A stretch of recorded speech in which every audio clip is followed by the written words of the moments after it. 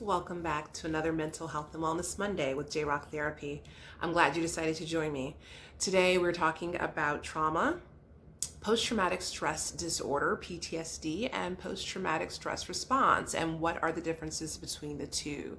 Well, first I want to start out with a loose definition of trauma. So in non-clinical terms, trauma can be defined as any time we experience a distressing event or circumstance in our lives where we feel stuck, we feel trapped, like there's no way out, and then after that event, we feel forever changed. The thing about trauma that we have found in trauma-informed care and research is that more important than the traumatic event itself is the immediate response and level of care that the client or patient receives immediately following the trauma, not only from the clinician, but also from their community of care and support network and support system. So what happens when we undergo trauma and when we experience traumatic events? Well, I'm glad you asked. Let's talk a little brain science. So here's my little infinite recovery brain model that I have from Infinite Recovery in Austin. But one of the things that happens when we experience a traumatic event is that the neocortex, which is the thinking part of our brain, the logical part, the reasonable part of who we are, it actually goes offline and switches off like a light switch. Also, the hippocampus, which is the memory storage part of our brain, it shuts down temporarily. It's no longer concerned with engaging in long-term memory storage and information processing. Instead, it wants to make sure and ensure that you survive the event. So the amygdala, which is the threat detection part of our brain, it becomes activated and charged. And oftentimes those traumatic events, memories, and negative or maladaptive self-beliefs, they bypass the rational part of our brain. They bypass the long-term memory storage, and they get stuck in the threat detection system, which is the amygdala, which is why you might have heard the term before, trigger. We almost use it as a pop culture term. That was so triggering. But what's really happening with triggers is that material and debris from traumatic events that have gotten locked in the central nervous system and that have been maladaptively processed and stuck in that amygdala region, it is easily activated because it's locked in there. So clinical treatments and interventions like EMDR therapy, which is something that I received clinical training in, and I was so happy that I did because the science just works. EMDR therapy helps to actually open up and unlock the central nervous system and then open up those neural networks so that all of that negative and maladaptively stored information can be properly reprocessed, properly sort of put in its place, and thereby reducing this the activation and desensitizing the person's experience and a relationship and neural connection to that event. So in other words, it begins to rewire the brain in terms of the neural connection, the negative neural connection that you may have made. You know, a lot of times people carry a lot of shame. I should have done something. I wish I could have done better. I wish I could have stopped it. Why did this happen to me? And so what we do is we go to work on addressing and reprocessing those negative self-beliefs along with the event and incident itself without having to relive it all and without having to do traditional talk therapy in the room week after week, so that the client and the patient can experience more immediate relief or results. Now you might be wondering, well, where do I find an EMDR therapist, or how can I find out more about that? What is it? Well, you know what, I'm glad you asked again, because EMDRIA is the National Association for EMDR. They're based right here in the beautiful city of Austin, Texas, but they have a global website. So you can go onto YouTube and look up the EMDRIA video clip about EMDR that explains it well. You can go to their website, and then you can also go to Psychology Today, which is another community that I'm a part of. You can look up a therapist by putting your zip code in any place across the country. If you're in Texas, you can go and use Mental Health Match. If you want to call into a 1-800 number to get support, you can call into NAMI's hotline, which is a 24-hour hotline. They have a hotline for COVID relief care, but also for general mental health and wellness and mental illness concerns. And then if you have been a person that has experienced violence on any level, there's the National Domestic Violence Hotline, as well as RAIN, which is the National Hotline and Network Against Sexual Assault. So you are armed with resources and support and qualified advocates, activists, clinicians, and caretakers that are just waiting to hear from you. And if all else fails, remember, in your area, call 211 because it will direct you to services and care. All right, so let's talk a little bit about different types of trauma. There's individual trauma, when someone experiences an individual or interpersonal traumatic experience, but there's also collective trauma when a group or body or a particular demographic of people have experienced a traumatic event, they felt stuck, they felt that they couldn't get out of it, and then after it, they were forever changed. Rather that be natural disasters, whether that be socio-political unrest or mistreatment and maltreatment. There's so many different versions or forms of collective trauma. And from a global standpoint, I would absolutely say, and I've been saying this for years, that the collective mindset and the collective consciousness is absolutely being impacted by one another.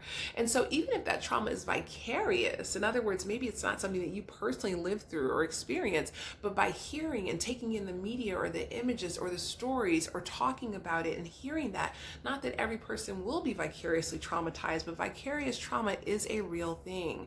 So in terms of trauma and in terms of responses, as you can see here, there's this little piece right here in the center that says trauma, but then there's all these offshoots, and we're going to review those together. So nightmares and flashbacks are oftentimes symptoms of post-traumatic stress response. Intrusive memories. Why does this keep coming up? It's intrusive. It's like I'm in a loop. I can't stop thinking about it. I would like to offer to you more than, oh, that you're going crazy or there's something wrong with you. Oftentimes the intrusive memories and the frequent flashbacks are the brain's way of saying, look, we are ready to deal and heal. I'm pushing this debris forward and pushing this content forward so that we can open it up and address it. Startle response, being easily startled, shame and self-hatred. This one is huge. A lot of folks that suffer with either the full disorder, PTSD, where it's been a prolonged event and that it has been clinically diagnosed because this is actually impairing this person's day-to-day function at this point, or just the post-traumatic stress response, which is more of a short-term appropriate response to traumatic material and events. People oftentimes begin to internalize a sense of self-shame and hatred because it's like, why am I acting like this? Why am I responding like this? Why am I having these nightmares? Why am I feeling depressed? And then that oftentimes, because of the lack of knowledge, the lack of information, the lack of psychoeducation around it, they begin to experience shame because the brain wants to search for answers. The brain wants to bring conclusions. And when really, really difficult, disturbing, and even horrific things take place, oftentimes, if the brain can't figure it out, it will start to self-blame. And so be aware of that as well. Panic attacks, emotional overwhelm, chronic pain and headaches. You all know I often say the body keeps the score, and I didn't make up the phrase. Dr. Bessel van der Kolk wrote the book, The Body Keeps the Score. I learned about it in grad school, and I use it to this day in my clinical practice because the body will trap stress at the cellular level and manifests that stress or manifests that prolonged untreated trauma in the form of chronic pain and chronic ailments. In addition, when we have that heightened amygdala state, when we're in that fight, flight, or freeze, remember the brain is also releasing higher amounts of adrenaline so that we can be charged up and ready to defend ourselves or ready to survive a situation or a scenario. The brain is also releasing more cortisol. So there's a neurochemical component to this as well. It's not that you're just feeling stuff and you're just kind of tripping out or wigging out. There's actually a biochemical process that's happening with you. And then when it's reactivated, oftentimes the brain doesn't know the difference between what's real or what's imagined, which is why you can be laying in bed at night and it's like, oh my goodness, I had the worst dream or I had the worst flashback. It's like the sweaty palms, the butterflies in the stomach, the feeling like, restless feet, like you've got to run. It's because the brain doesn't know the difference between what you're imagining and remembering or what's actually happening in real time.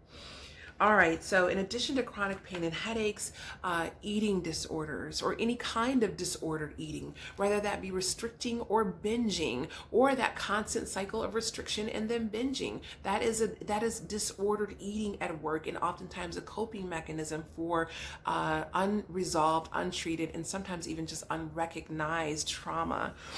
Substance abuse also is one of those trauma responses. When you come back from service in the war, when you have lived what seems to be a war in your own life, in your own neighborhood, or in your own home, oftentimes the way to cope with it is, if not through food, if not through work, if not through sex, if not through religion, it's like, oh my goodness, what do I do? So then oftentimes people start to grow a dependency, and alcohol use disorder or substance use disorder develops over time, because it's a way of escaping reality for just a bit so that you can get some relief. Well, now you're learning that there are other ways to get that relief through good, comprehensive clinical care. In addition to substance abuse, self-destructive behaviors, little or no memories. Have you ever talked to someone and you ask them, tell me about that part of your life. Tell me about that phase. What were you thinking then? Tell me about your middle school years. And they're like, I don't know. I don't remember. That's often a trauma response. The brain will go dark and file content away until we are in a place that's safe enough to unpack it and to deal with it so that we can heal. Hypervigilance, waiting for the other shoe to drop, for the other tower to fall. What's going to happen next? I got to stay ready. And oftentimes people will begin to catastrophize in that state, because it's like they want to keep playing out scenarios that might happen to keep themselves safe. But while they're doing that, it keeps us so much out of the now, that we're so far in the back and we're so far ahead of the future that we cannot ever really sort of ground ourselves and be still. Hypervigilance also shows up, I believe, in busyness. I'm doing this, I'm doing that, I'm working, I'm hustling, I'm going, because if I ever stopped and got quiet enough, I'm afraid of what I will feel and what I will hear and what I will see within my own self and my own soul. Disassociation. Disassociation often happens when a person is inundated or flooded with a traumatic event. They have no coping skills or no way of managing it or making sense of it, so they just disconnect from it. And it shows up as denial. It shows up as removing oneself from reality, like being in a fantasy world or a fantasy land. Or sometimes a disassociation can also show up in the form of little or no memories. And people oftentimes, especially in family systems, work, get so angry with other people because they're like, oh, you remember. No, you remember. And while it may be true, there may be some people that do remember, and maybe they're lying because they don't want to deal with it or because it's too shameful to talk about. In many cases, it's actually a post-traumatic stress response that the brain has gone dark. And even if the person is responsible for the trauma or for bringing a lot of that pain, the brain has gone dark for them as well. Sometimes somebody can go through something really hard and it's like, it wasn't that bad. Oh no, it was, it's like, oh my gosh, you almost, you almost died. You were in a hurricane, or you almost, whatever it is. But a lot of times those are dissociative behaviors in order to cope. But they're maladaptive coping mechanisms because they're not sustainable over time for long-term wellness and for long-term prognosis for stable and effective mental wellness and mental health care. In addition to disassociation, depression can be a sign of post-traumatic stress response. Just feeling really blue, feeling really tired, feeling really down, not wanting to move, not wanting to get out the bed. Irritability, chronic irritability can also be a post-traumatic stress response. Loss of interest. Nothing interests you that used to interest you before. Nothing can seem to bring you joy. It's just like kind of checked out because it was too much. And so when it's too much, instead of staying in this heightened fear state, eventually the brain will, parts of the brain will shut down or go offline. Numbing. Sometimes you may have experienced this yourself, or you may have met someone before that's just like, it seems like nothing phases them. They're just totally numb. That's a traumatic response. We're wired to feel. We're wired to think. We're wired to connect. And I think we've almost given a lot of praise in our culture. Like, man, nothing affects you. But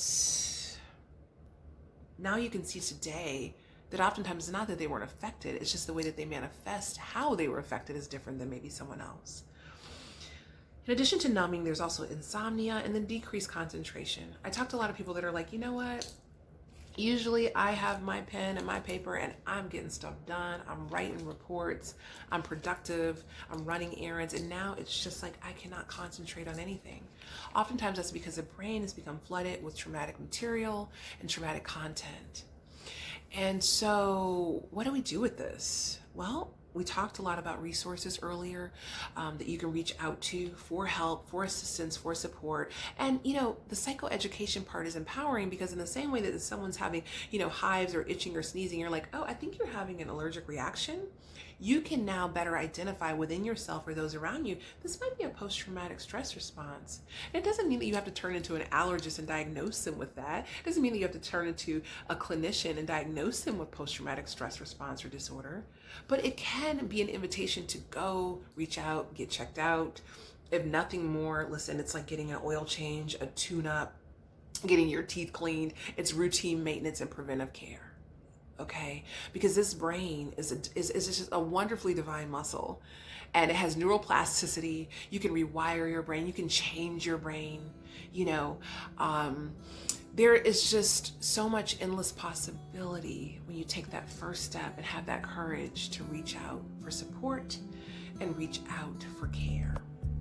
So I am glad that you joined me today. I hope that you learned something new or insightful that you can say, I'm going to take this with me. I never knew that some of those things were post-traumatic stress responses. You can empower yourself and equip yourself within your own community, whether that be your own family, your neighbors, your colleagues, your coworkers, your friends, so that you have more vital information on how to recognize, not treat, but how to recognize potential symptoms and signs of post-traumatic stress response and disorder. As I close, I want you to remember that you cannot choose your trauma, but you can choose your healing. So in this process, know that you're not alone. And as I've said for years, be kind to yourself and to those around you. I'll see you next Monday, and thanks for tuning in.